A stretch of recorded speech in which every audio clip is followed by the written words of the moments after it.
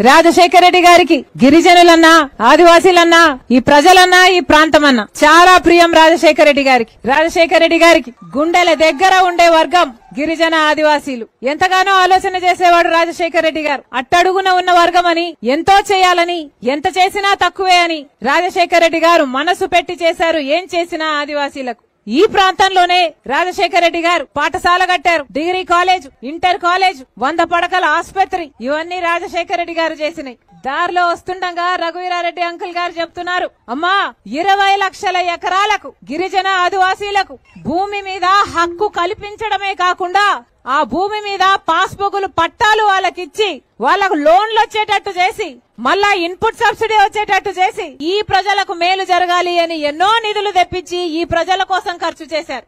అసలు రాజశేఖర రెడ్డి గారు ఉన్నప్పుడు ఎస్సీ ఎస్టీ సబ్ ప్లాన్ అంటే ఎంత విలువ ఉండేది. ఎస్సీ ఎస్టీ సబ్ ప్లాన్ కు కేటాయించిన ప్రతి పైసాను రాజశేఖర రెడ్డి గారు వాళ్ళ కోసమే ఖర్చు పెట్టారు, గిరిజనుల కోసం ఖర్చు పెట్టారు. రాజశేఖర రెడ్డి గారు మనసు పెట్టి చిత్తశుద్ధితో అంత చేశారు కాబట్టి ఈ రోజు వరకు కూడా ఇంతమంది గుండెల్లో రాజశేఖర రెడ్డి గారు ఉన్నారు. ఈ రోజు వరకు కూడా అమ్మా మా గ్రామాలలో రాజశేఖర రెడ్డి గారు వేసిన రోడ్లే తల్లి, మా గ్రామాల గురించి మళ్ళీ ఎవరూ ఆలోచన చేయలేదు.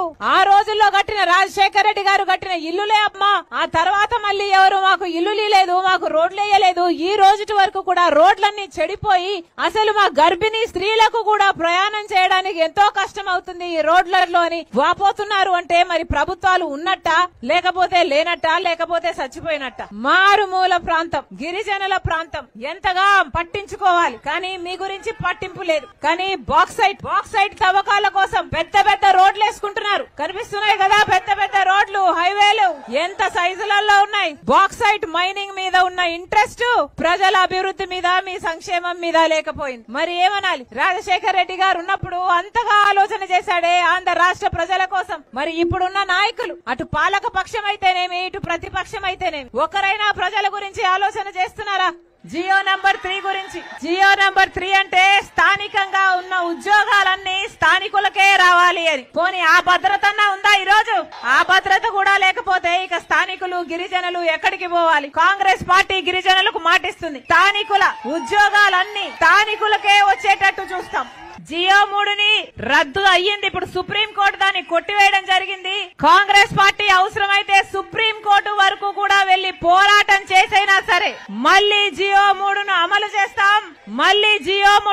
చేస్తాం. స్థానికులకు వచ్చే ఉద్యోగాలన్నీ స్థానికులకే వచ్చేటట్టు చూస్తాం. అలాగే 1070 కూడా స్థానికులకి రావాల్సిన హక్కులు, వాళ్ళ ప్రాంతాలలో వాళ్ళకే పెద్దపీట వేసే వాళ్ళ హక్కుల గురించి కూడా కాంగ్రెస్ పార్టీ కట్టుబడి ఉంది.